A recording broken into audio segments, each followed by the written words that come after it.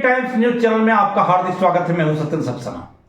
अब आपको एक खबर बताना चाहेंगे। 5272 पदों पर जो एएनएम की जो भर्ती के लिए आवेदन किए गए थे, उस समय जब आवेदन की यानी भरने शुरू हुए थे, उसके 3-4 दिन बाद ये बताया गया था कि आपका आवेदन एक्सेप्ट हुआ या नहीं हुआ है, वो आप देख सकते हैं। तो वही चीज जो चल रही थी, लेकिन लोगों को जिन लोगों को जागरूक थे उनको पता था, और जिनको जागरूकता नहीं थी उनको ये मालूम नहीं था कि तत्काल ये पता चल जाएगा कि हमारा फॉर्म एक्सेप्ट किया गया या नहीं किया गया। और जो अब समाचार चलाए जा रहे हैं कि आप इस साइड पर जाइए, ये देखिए उसमें आपका फॉर्म एक्सेप्ट किया गया, ऐसा कुछ नहीं है। ये तो पहले का ही चल रहा है। और ये भी कहा गया है कि शॉर्ट लिस्ट किया गया। शॉर्ट लिस्ट का भी सवाल ही नहीं उठता है। अभी तो फॉर्म एक्सेप्ट करने के बारे में बताया गया कि आपने जो आवेदन किया था आपका एक्सेप्ट हुआ या नहीं हुआ। तो हम आपको यही बताएंगे, जिस समय शॉर्ट लिस्ट किया जाएगा तो आपके पास एक मैसेज आएगा, और मैसेज जब अगर आपके पास नहीं आए तो आप सजगता बरतने की जरूरत यह है कि लोगों के पास जैसे मैसेज आया कि आप फीस जमा करें, शुल्क जमा करें, यानी कि अब आपकी 200 रुपये शुल्क जमा होगी, और शुल्क जमा जब कराई जाएगी तो आपके पास एक मैसेज आएगा।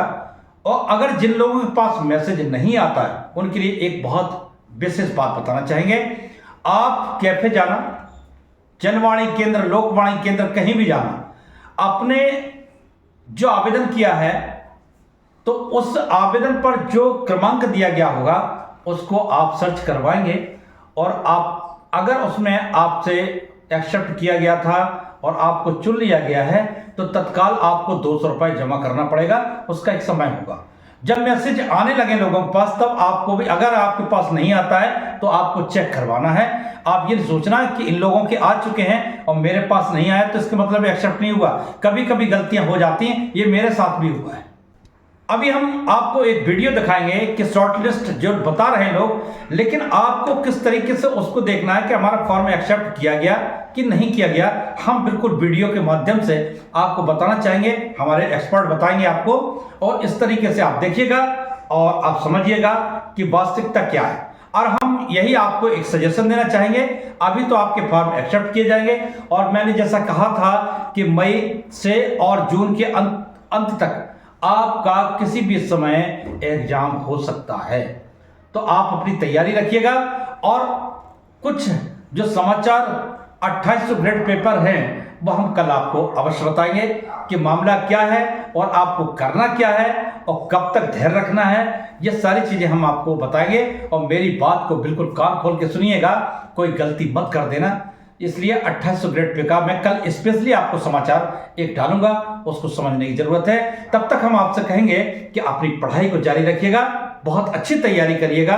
और ये वीडियो मैं डाल रहा हूं, इस वीडियो को आप एक्सपर्ट के द्वारा जो बताया जा रहा है उसको बड़ी गौर से समझिएगा, किस तरीके से आपको देखना है, चेक करना है। और इसे शॉर्ट लिस्ट नहीं कहेंगे, अभी शॉर्ट लिस्ट कोई नहीं हुआ है और ना किया गया है।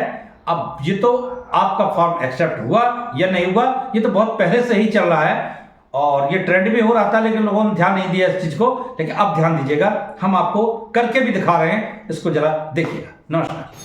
हेलो एवरीवन, यहाँ पर हम आपको बताएंगे कि किस तरह से आप अपना फॉर्म चेक कर सकते हैं। गूगल पर जाकर आप UPSSC लिखेंगे, उसके बाद आप यहाँ पर जब जाएंगे तो आपको कुछ इस तरह का पेज नज़र आएगा जहाँ पर ये नो योर स्टेटस लिखा हुआ है। इस जगह पर यहाँ पर आप टच करेंगे, उसके बाद आप देखेंगे तो यहाँ पर ये पेज ओपन होकर के आएगा जिसमें आपको व्यू एप्लीकेशन स्टेटस पर जाना है। ओके, तो यहाँ पर जब आप टच करेंगे तो आपको कुछ इस तरह का पेज दिखाई देगा जहाँ पर आपको कैंडिडेट रजिस्ट्रेशन नंबर डालना है जो आपका रजिस्ट्रेशन हुआ होगा। उसके बाद यहाँ पे वेरिफिकेशन कोड डालना है। आप देख सकते हैं ये इसकी कॉपी करना है, जहाँ पर EVV लिखा हुआ है ना, सेम डिक्टो वैसा। उसके बाद डेट ऑफ बर्थ डालेंगे, उसके बाद यहाँ पर हम जेंडर डालेंगे और उसके बाद यहाँ पर सबमिट कर देंगे। ऊपर दूसरा तरीका भी है, आप यहाँ पर गूगल पर जाकर UPSSC की साइट ओपन करेंगे तो कुछ इस तरह से पेज फिर से ओपन होकर आएगा। यहाँ पर नो योर स्टेटस पे जाएंगे, उसके बाद एप्लीकेंट डैशबोर्ड पर जाएंगे जो कि पैट के थ्रू होगा। ठीक, यहाँ पर हम जाएंगे तो पैट का रजिस्ट्रेशन नंबर यहाँ पर डालना है, आप देख सकते हैं। उसके बाद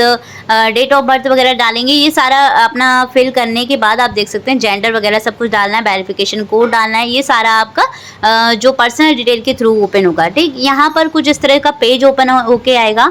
यहाँ पर मैंने कैंडिडेट का जो है डिटेल हाइड कर दिया है, आप देख सकते हैं, पर यहाँ पर कुछ इस तरह का पेज ओपन होके आएगा। सेम सेकंड टाइप है, जैसे कि आप UPSSC डालेंगे गूगल पर, उसके बाद वहाँ पर जो पेज ओपन होकर आएगा, वहाँ पे पैड के थ्रू भी कर सकते हैं, जहाँ पर आपको पैड का रजिस्ट्रेशन नंबर डालना है। कुछ इस तरह से का पेज ओपन होकर आएगा। नीचे लिखा हुआ है करंट स्टेटस ऑफ एप्लीकेशन, तो यहाँ पर उसके सामने लिखा हुआ है एक्सेप्टेड, एप्लीकेशन फॉर्म एक्सेप्टेड, मतलब यहाँ पर आपका जो फॉर्म है वो एक्सेप्ट कर लिया गया है नेक्स्ट एग्जाम के लिए। अभी शॉर्ट लिस्ट नहीं हुआ है गाइस, तो यहाँ पर अभी आपका जो फॉर्म है वो एक्सेप्ट किया गया है, accepted application form accepted. Okay, यहाँ डिस्क्रिप्शन में भी आप देख सकते हैं application form has been accepted लिखा हुआ है। और ये मैं आपको बता दूं, जब आपने फॉर्म फिल किया था उसके 1 हफ्ते बाद ही ये आ गया था, उसमें आप चेक कर सकते थे। वेल, अभी सबको जानकारी हो रही है तो अभी सब चेक करें। लेकिन अगर आपको जानकारी सही लगी है तो आप कमेंट करके ज़रूर बताना। अगर आपको कुछ भी प्रॉब्लम आ रहा है आप कमेंट ज़रूर करना, आपको नेक्स्ट वीडियो में प्रॉपर समझाया जाएगा। चैनल को सब्सक्राइब ज़रूर करिएगा और वीडियो को ज़्यादा से ज़्यादा लोगों को शेयर करिएगा ताकि ये जानकारी सभी तक पहुंच सके। मिलते हैं नेक्स्ट वीडियो में। नमस्कार, धन्यवाद।